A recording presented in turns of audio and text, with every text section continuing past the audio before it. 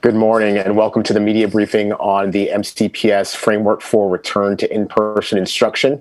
I'm happy to be here with you today so that we can talk with our press partners about our plans moving forward to ensure a safe and eventual return to in-person learning for our students in Montgomery County Public Schools.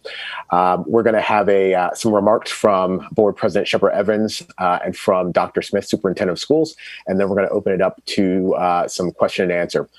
So with that, I will turn it over to Board President Shepherd-Evans. Thank you. Good morning to everyone. So great to see you all here. Just wanted to share a little bit of information about the work that's continuing to go on here in Montgomery County Public Schools. On November the 10th, 2020, the Board of Education tentatively approved the Montgomery County Public Schools framework for return to in-person student learning. The board is very committed to make certain that as our students and staff are returning, that we're doing so safely and that we're definitely keeping them in mind as we come back to schools. We will definitely make a final vote on December the 3rd, 2020, and in January 7th of 2021, the board will begin its meetings in person. We will do a phased-in approach to our public comments, so stay tuned for that. Just wanted to say that over the past 8 months, it has really been a tremendous change for not only our local community, but across the state and across the nation. Essentially, everyone has had to reimagine how they're operating. And so I just want to take this time publicly to thank our MCPS staff. They have done a tremendous job in making certain the systems that we put in place and the processes are working in favor and the support of our students. So at this time, I will turn it over to Dr. Smith. Thank you, Ms. Evans. As Ms. Evans just mentioned, it's been 8 months. In fact, it was 8 months ago today, March 16th, that was the first day that our facilities were closed for students and for our staff. And it has been an unbelievable time, as we can all understand. Also, as Ms. Evans mentioned, the board tentatively approved a proposed return plan, which would begin in January with students in specific special education programs and career technology programs, and then transition to other student groups starting February 1st. These plans are all contingent on meeting key health metrics. We've developed these health metric dashboard. We've developed a health metrics dashboard for a safe phased-in return to in-person instruction. And Mr. Turner is going to walk us through the details of that dashboard with you in just a few minutes. On November 11th, parents were provided a survey through email to identify their preference to either participate in a partial combination in-person instruction experience and virtual learning experience, that combination of those two, or to remain in fully virtual learning experience through second semester. And parents have until December 3rd to provide their choice.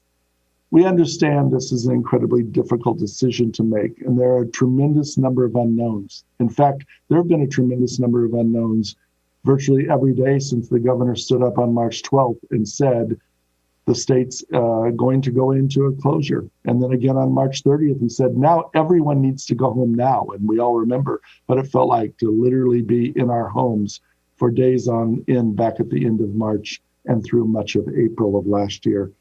So we're asking parents to make this selection now because the number of students who want to return to in-person instruction or a shared combination model will help inform the design of the in-person instructional model, the number of school buildings that we can open, and how we'll schedule all of that.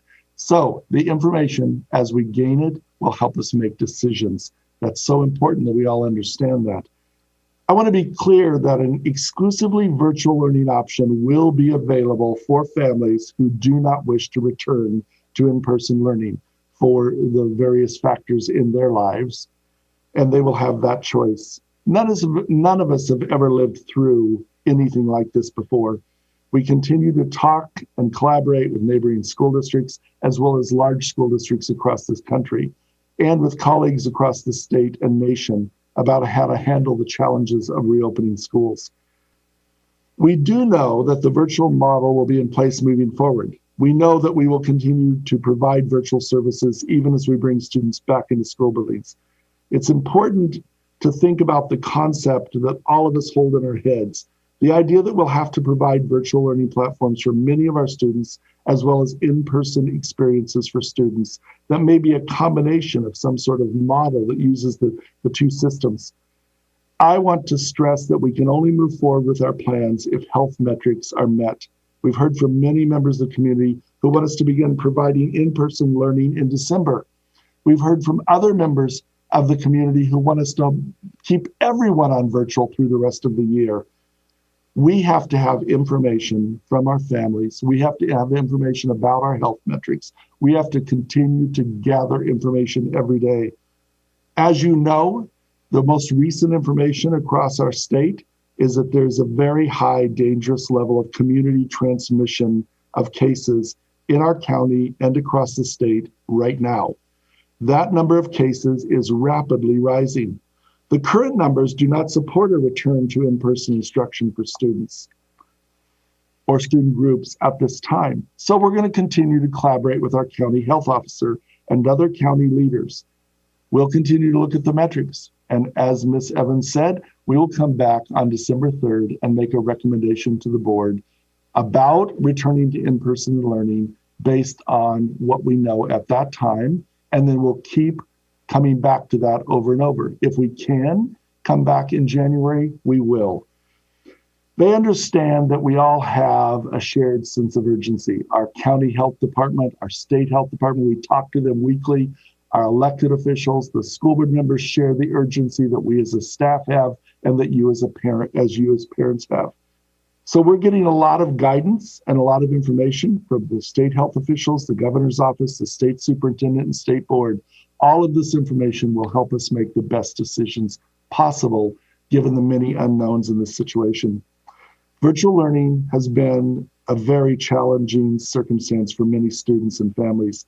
It's absolutely critical that we get students back into schools and working with our staff in school buildings so that we can provide the instruction, support, and services students need. We're committed to doing so in a safe and reasonable manner.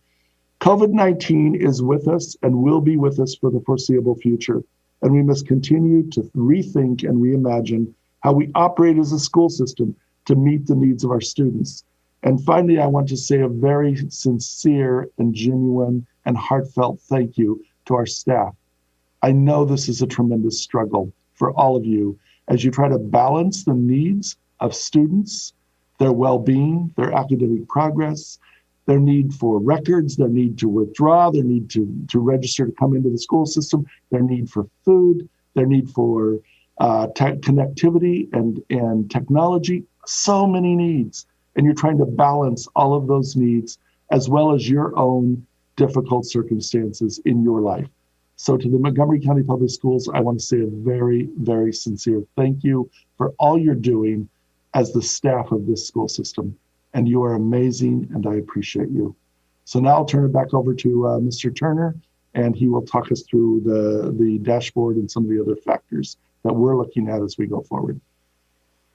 Thank you, Dr. Smith. And if we can pull up the data dashboard. As you know, to get to an eventual return to in-person instruction, we need to understand where we fit in the context of our health and our community. And so we have a live data dashboard that is available on the MCPS website that you can find at the top of the MCPS webpage right now. And with this information, you can really understand where the trends are in terms of our county. And what you'll see is both the CDC calculation of the metrics and the Maryland calculation of the metrics. In both scenarios, we are significantly over the threshold of 15 cases per 100,000 for the state and the CDC guidelines for return, or what calculates out to roughly 209 cases in the case rate in the CDC model. Again, we are slightly below the threshold for the positivity rate. But again, that number is continuing to trend up. So we're watching that closely.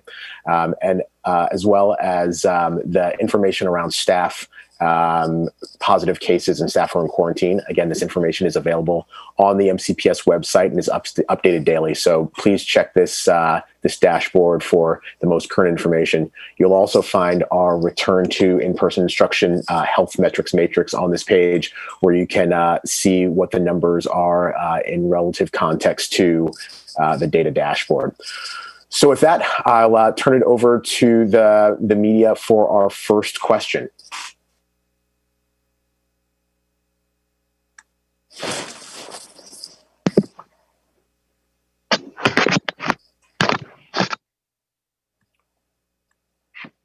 So I'm looking for hands raised or something in chat. So I see Caitlin Peets, you're up first.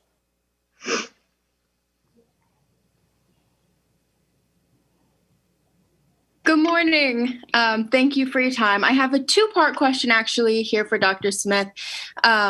First, I know MCPS has been receiving some criticism and some pushback from families who say that the metrics that you have set for reopening are too strict and unattainable.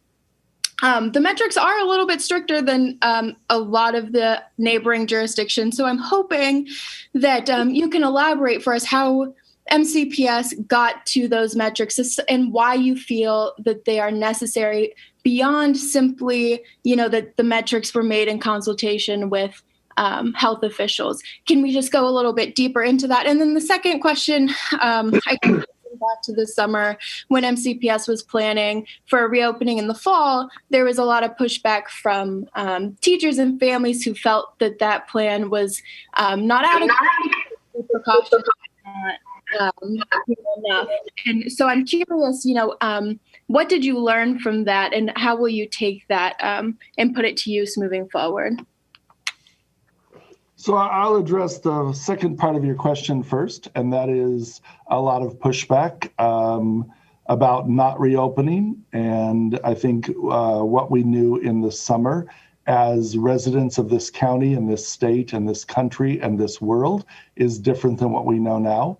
And at the same time, we always have people share their perceptions, their opinions, their ideas, and people have very different views of this. Not everyone agrees with me or you or anyone else.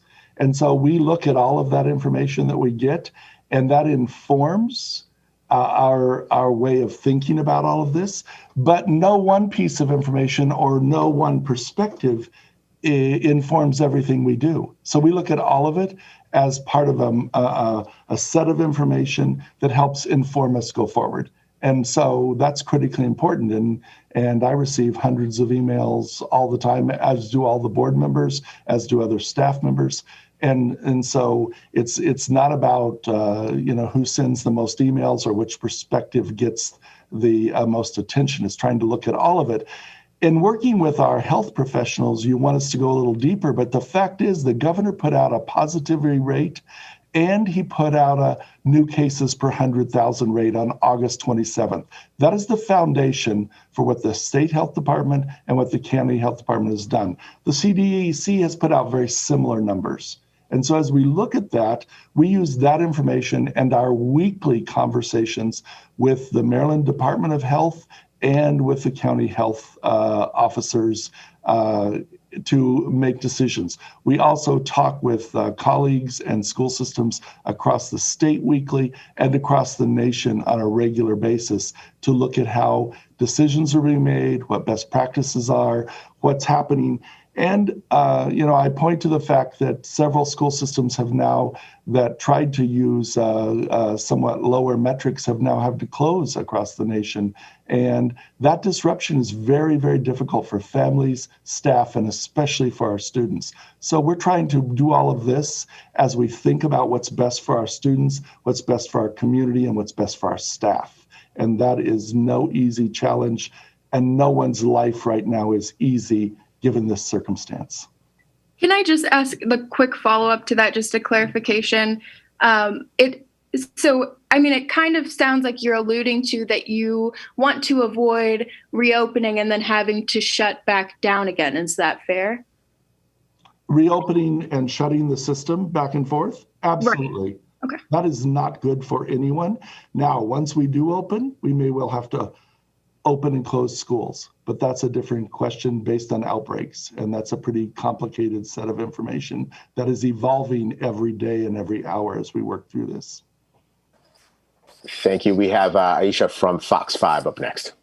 Hi, good morning. My question is, when the vaccines are approved and they are available, will it be mandatory for students, teachers, and staff to be vaccinated before they return to school?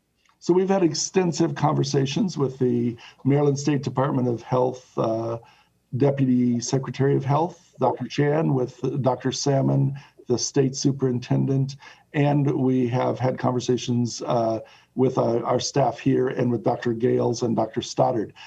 Vaccinations have in the realm of school, have been a state set of requirements. The state sets those requirements. So we've asked all the same questions that you just asked, and we're going to continue to ask those questions at the state level. And then the board and county will work with the state to think about what that might look like in the future. But that is work that needs to be done right now. And as one of the 24 superintendents, as well as the 24 boards of education, we've all been pushing with the State Board of Education and all of our elected officials that these decisions need to be formulated right now. And so that's what I know at this point. There's been a lot of conversation about it, but we're going to keep pushing for at least initial decisions and initial plans around what a vaccine set of requirements might look like, because we have a lot of those requirements in place now, just not for COVID-19, for other kinds of vaccinations.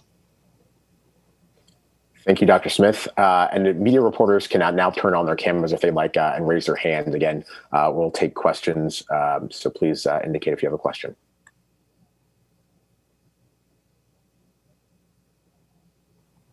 Hi there, Randy Bass with WDVM. How are you all this morning? Good morning. Just a quick question for you, Dr. Smith, and I'll open this up to Dr. McKnight as well. If our current situation, numbers, metrics stays the same or worsens by the time January rolls around, would you feel comfortable sending students back to school in an environment similar to what we have now? We'll have to look at all of that as we go forward into early December and make decisions about what second semester would look like. And of course, bringing small populations of students in January would have to be evaluated also, given where our metrics are now. Dr. McKnight? Thank you, Dr. Smith. Yes, we are continuously thinking about our phase and model for the purpose that you mentioned. What we've learned about management of COVID-19 is, we don't know how quickly the spread is, who it's impacting, how it's impacting our community. And so one of the commitments we made up front about having a phase-in approach was to be able to say, what is the best way to serve our students? And how can we phase them in smaller groups in case we need to have those things in mind and thinking about management of COVID-19 so that we're not putting more students at risk than appropriate at the time. We're going to continue to work with our county officials. We meet very often just to look at the virus and how things are occurring in our community. And so we'll continue to do that so that we are working with them alongside the way to think about what is best for the school system based on how the metrics are going in the county. Thank you, Dr. McKnight. I see another question from Caitlin Peets. Hi again. Dr. Smith, can you just explain under what circumstances then would staff be allowed to opt out of in-person learning? Is it just strictly based on what is legally allowed, or are you allowing any flexibility based on preference? What will that look like? So we have put together a place digitally where staff could go and share information with us, and it will be handled very individually. And of course, all of the different legal and codified requirements will be the foundation for all of that. Remember though, the ratio of students to staff will be determined by the number of students who come back. One school system I spoke with recently actually had more staff that wanted to return to a facility than students. So we will work through all of that as we know the ratio of students and staff. And we also know we're going to have to add staff to do any sort of combination in-person and virtual learning. It's going to be absolutely necessary. And so we're in the process of doing that right now also. What kind of information are you asking the staff to share with you to make those decisions? Well, they have the opportunity to share any health or related information as well as anything else they want to share. And that's not just because of COVID. Staff always share information. You know, that's way before COVID, and they will continue to share information, and we will continue to listen and work with them. Thank you, Dr. Smith. Do we have a question from our student reporter? Yeah, I do actually have 3 questions. So my first question was, so the phase-in model was changed to have juniors and seniors coming back to school before sophomores and freshmen. Can you talk about why that change was made? Dr. McKnight and Dr. Wilson, do you want to talk about how your team looked at that feedback that we received and how you put that together, just so they can hear some other voices besides mine? And you guys did the work. Sure, and I'll let Dr. Wilson come in just a moment. But as we thought about our priority students and how we would phase in within the different phases during COVID-19, we pulled together a multi-stakeholder group so that we would have the perspective of all our teachers, our students, community members, so that they could all be a part of understanding how we would form those priorities. And we took a number of things into consideration. One consideration was thinking about the needs of the students, and a part of that also was looking at how our students are thriving or not in the virtual environment and how we would support their learning and who needed what at the time. So Dr. Wilson, I'll let you add in any particulars around changes. Good morning. Certainly, we believe strongly that we want all of our students to have an in-person experience. And given the fact that we have to stage our students into the building so that we're making sure that we're staying within the health and safety guidelines, we've had a considerable amount of discussion around who should we bring in first. Knowing full well that our students in grades 6 and 9 have made transitions into new levels of instruction, and they have new teachers. We did pose that first, but then after some feedback and some further consideration, and quite frankly, beginning to look at our first quarter grade analysis, we decided that we would adjust and bring in our seniors and our juniors first. And we're going to be looking at that first through the lens of who's on track to graduate. And we want to make sure that we are doing that credit analysis and using our graduation validation teams to make sure that we are targeting the right students. Also, we know very well that certainly our seniors for the class of 2020, did not have those typical senior experiences. And so with the right conditions, we want to begin to phase those students in so that they can have the opportunity to celebrate many of the aspects that our senior classes do across our 25 high schools. So this will be ongoing consideration. We're continuing to take feedback, but in the large part, we're using metrics to guide those decisions. And certainly also that component of the social emotional that Dr. Smith and Dr. McKnight raised earlier, critically important to our decision making. Thank you. So as like a quick follow-up, I actually am a senior, so I do appreciate your attention to how kind of sad a lot of this has been for my class. But I know that some schools have unusually high fail rates for freshmen especially. So are there extra precautions you all are taking to kind of give freshmen more academic support? That's a great question. We are right now examining the possibility of adding some additional supports to all of our students, quite frankly, who we find did not get off to a great start for the first 9 weeks in this virtual space. So we are planning a Saturday school opportunity. Now it'll still be a virtual opportunity. We would love for that at some point, to be face-to-face. We're not there yet. But once those first quarter grades are posted, we will be standing up opportunities for our students who are struggled during that first 9 weeks. Great question. Thank you. So next up, we have another question from Randy Bass. Thank you for taking my question. Over the summer, a big topic of discussion was gauging loss of learning from March to June, and now as we enter the 8th month of virtual learning and learning from home. How is MCPS continuing to gauge, potential loss of learning and other impacts on students brought on by this virtual format? Well, that certainly is one of our biggest concerns, and it really comes down to the well-being and the academic progress of our students. And I know that many of our staff members feel tremendous tension as they try to support the well-being of students and they worry about the academic progress. Remember, all of us know this, but let's keep it in mind in the front of our head every day, that your sense of well-being directly affects your ability to make academic progress. So we have to really strive to connect with students, to support families on how best to support children in these circumstances. And so we did some initial measures. It was a state requirement, but we also wanted to know what was happening in first marking period and we used the MAP test in elementary, middle, and high school for students. We also are looking, as Dr. Wilson just said, at student grades. We're also looking at class reports. What are teachers talking with their school staff members about and their well-being and academic support teams in the school?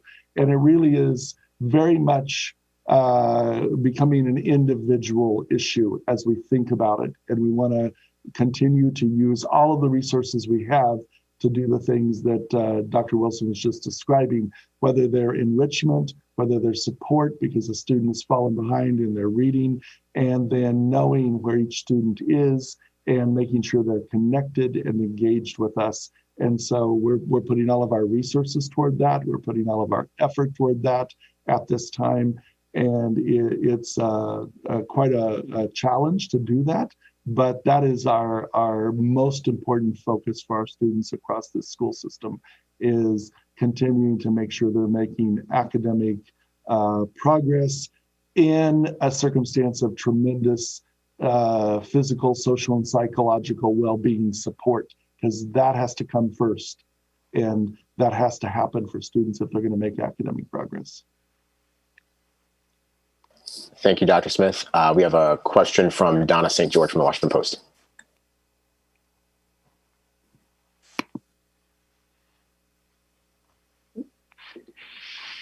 Hi, Dr. Smith. Good morning. How are you? I'm good. How are you? Good. And hi to everyone else. I had a question. I wanted to follow up on the grade analysis that Dr. Wilson mentioned. Mm-hmm. Could you speak more about what you found about first marking period, the number of students who are failing or seriously struggling? What did that analysis find? So we're in the middle of the analysis on grades right now because first marking period just ended. We found with the administration of the MAP that there were larger disparities for different student populations and different students. And we were able to do grade over grade. So we compared last year's fourth grade to this year in some cases. In other cases, we were able to look at cohorts of students. So how did you do in the 6th grade versus the 7th grade? And so we're using all of that information and sharing it back with the schools so that they can individually meet the needs of students, sharing it with the teachers, the teacher leaders, the paraprofessionals, the principals, so they can use that information. Dr. Wilson, you want to share any more about what that showed? We also have all of that, Donna, that we can send you from our last board meeting. So you could look at it was the October 27th board meeting, I think. We can send you that set of data so you would have it. Yeah, I watched that meeting. Dr. Wilson? Sure. Yes, Donna, we are currently, the marking period just closed. So we're doing that analysis right now to look at impact by grade level. And especially at the high school, we're looking at that whole on track to graduate piece, both in terms of the courses taken and also the credits, because we know, for instance, for exiting freshmen at the end of this year, we'll want them to be on track to graduate. So we have to do a deep analysis, and it is definitely a student by student view. And we will be presenting some of the findings of that in our December 3rd board presentation. So we'll be doing the analysis by specific grade levels. The plan right now is 6, 9, and 12, just because of time, to do those transition grades and to make sure that our seniors, are pacing along. And if they're not, so that we can provide those necessary supports to them. Okay. I'd like to ask another question, if it's okay. The state had once required MCPS to reconsider its plans for in-person learning by the end of the first quarter. Is the plan that you had, preliminarily adopted last week, is that the decision you give to the state in answer to that request? Yes, that is. And we also have to share other metrics and information. It's due on the 23rd of November, I think, to the state. So we're formulating all of that right now. Okay. And Dr. Salmon really focused on MCPS and several other school systems a couple of weeks ago, saying that they should reopen, that they sort of had, they could safely reopen. I know I touched base with you back then, but do you still feel that pressure from the state to reopen, or has that subsided now? Well, there's a lot of pressure from many different directions. As I said earlier, lots of people have different perspectives and different views. We try to take all of that information, especially the health information from the state and the local health officers and the local elected officials at the county government level, all of that information, as well as all the things Dr. Wilson just shared, and continually try to balance that out. What's the best decision? And so we'll just continue to work with all of that information and try to be as balanced and thoughtful as possible with what we know to go forward. Certainly a month ago, the metrics were very different than they are today. And so a month ago's view should be different than today's view, and how that all works, and it changes every day. Do you consider your health metrics more strict than other school systems? The foundation of our health metrics is the state positivity rate of 5% and the state new case rate per 100,000 population of under 5 or 5 to 15 or above 15. And we can also share all of that. That's the foundation of our metrics. And we also look at the CDC and the actual just raw number of cases. That's all on our dashboard. So we look at all of that in alignment and think about what does it mean for our school system and our students and families. So let me pivot back to, we have another question from Caitlin Peets. Hello again. I'm just going to pivot to a different topic for a second. The County Council has proposed legislation to remove school resource officers or prohibit MCPS from having school resource officers. I know there are a lot of opinions on this from all sides, notably principals who your staff have said unanimously support keeping school resource officers. I'm curious, as the leader of the school district, what your opinion on this legislation is and on the school resource officer program as a whole. So I don't really have an opinion about the legislation. That's the county government's venue. I really don't. In terms of the school system as a whole, I've heard many, many different voices on this topic: community residents, students, principals, teachers, families, and we take all of that into account. Most importantly, right now, the board has a resolution that has directed me to ensure that we're doing a study on the use of school resource officers and potentially any changes that we would recommend in the program if the program continues to go forward. And those are all questions that we'll continue to respond to in January. The board saw a lot of information in early October and reacted to it. Now they're going to get a lot more information in January, and then we'll continue to advise them and support them as we see that information develop and as we see what those external forces like the county council what decisions they make. There's a state law there that sits out there around this issue. So lots of complicating factors, very complex issue. Do you feel like the school resource officer program has been beneficial for MCPS?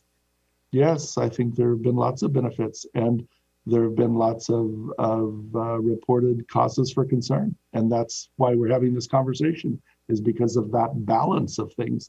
You know, most complex things in the world, it's because there are lots of factors that are involved. And this is a complex question and one that deserves our attention. And we'll move forward, and people have their own opinions and perspectives on it, and they share those. Next question is from Annika.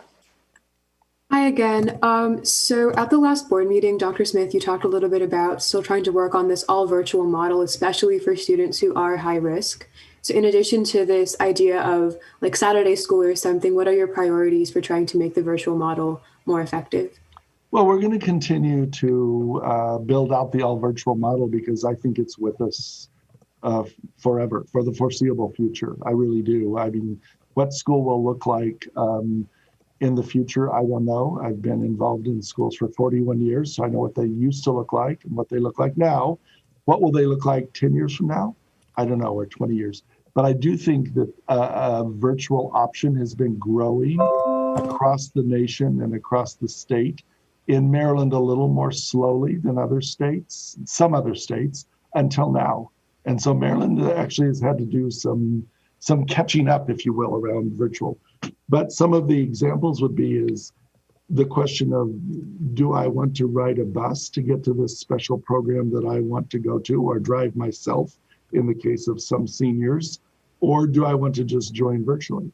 That's a change that it could create. It also could create the opportunity to use different schedules, because we are on the same school calendar that's been used for a few hundred years in this country. And it was specifically built around the growing season for agriculture and farming. And so it could change the school calendar. It could make a lot of differences in how we use staff and special programs and things that, you know, small numbers of students want to study, and we can't offer it all 25 high schools or all 40 middle schools, but we could offer it virtually. So lots of possibilities here and lots of opportunities. And certainly for students with health risks or their families would be foundational to this, but it also could involve lots of preferences and choices by families based on their circumstances. Thank you. You did mention a little bit about busing as well. So that was like a big topic at the last board meeting. If different zip codes are safer than other zip codes, there might be some level of like discrepancy or difference among different schools. So is that going to be something that's done by cluster or by zip code? And then for students who do bus across the county for things like magnet programs, how would stuff like that change? Well, and once again, that will be an issue of the ratio of students and families who choose a combination virtual and in-person versus the number who choose an all virtual. And, you know, we pay attention to the case rates across zip codes. And then we have to ask the question, does that change the relative risk in a school? And that's an interesting question, and one that lots and lots of school systems across the state and nation are studying right now and trying to make a determination about. And we'll use all that information as it becomes clear and available for now. And, you know, what we know now versus what we knew 8 months ago today when you were a junior and you had your first day out of school is very different. And what we know 3 and 5 and 12 months from now will be different yet again. So we'll use all of it to make the best decisions possible. Thank you. Last question goes to Caitlin Peets. Hi again. So you mentioned that, and you've mentioned it before, that MCPS to do a hybrid model will need to hire more staff. I'm curious, you know, where that additional staff would come from, the substitute pool, or where you plan to find those extra staff, and is there any kind of incentives that you will put in place either to get more staff to come to MCPS or to get staff you already have to want to continue with the hybrid teaching model?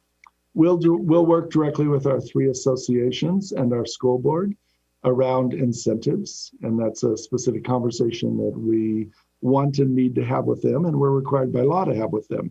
In terms of attracting and recruiting staff, we'll use the substitute pool of individuals. We'll use our support professional pool of individuals. If we want to hire more teachers, we'll use our teaching ranks if we need to hire more administrators, and we'll use the general population. Montgomery County has almost 1.1 million residents. It's 1,050,000 or 60,000, and there are a tremendous number of people here with not only high degrees of education and would meet the certification requirements, but teaching backgrounds, our retirees, and many people, are interested in working in various ways, and we are working to right now recruit them and talk to them and make sure they're lined up to do this work as we need them. And we've been adding some staff already to support our students who are in the all virtual platform right now, because that also requires more staff to connect with our students individually and to reach out when they're struggling or to provide them additional services. So every area of the community and the system will be looked at for attracting more staff. And you said before that you would be able to use some of the CARES Act funding to help bolster the staff. Is that right? Yes, we can use CARES Act money came to the system in two different ways. One amount of money, about $24 million, came to the system directly to school systems from the federal government. So it flowed directly to us. After June, we received some additional CARES Act money from the state of Maryland that was not designated for schools, but that the state made available for technology and for tutoring programs. And so all of that money has to be used by the end of December, and we've been busy using that to support tutoring efforts and technology acquisition. But that also has freed up some of our local operating budget to use for additional staff as we move into a physical virtual combination, and as we continue to bolster and build out the best possible all virtual program we can. So thank you, everyone, for joining. As a reminder, we have a Board of Education work session tomorrow, November 17th, and I encourage you all to tune in as we provide the board additional information on our safe return to in-person instruction framework. So thank you so much and have a great day. Thank you, everyone. Thank you.